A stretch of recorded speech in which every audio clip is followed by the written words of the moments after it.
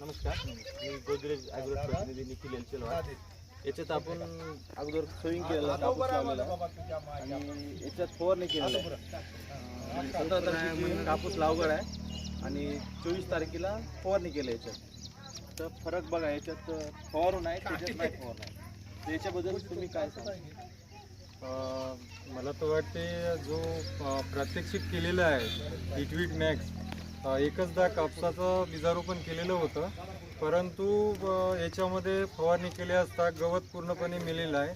सतत पाणी देत असून सुद्धा गवत निघत नाही आहे. म्हणजे हिटमीट मॅक्स हे चांगल्या प्रकारे याच्यावर गवतावर प्रभावी आहे, एवढं मी सांगू शकतो. आणि माझं नाव किशोर सुदाम राठोड आहे. आमच्या शेतीमध्ये हे लागवड केली असता प्रात्यक्षिक आणि अप्रात्यक्षिकमध्ये फरक तुम्हाला दिसून येत आहे. फवारणी नंतर आणि फवारणी न केलेले कापूस, म्हणजे हिटवीट मॅक्स हे औषध एकदम चांगलं आहे असं मला वाटतं.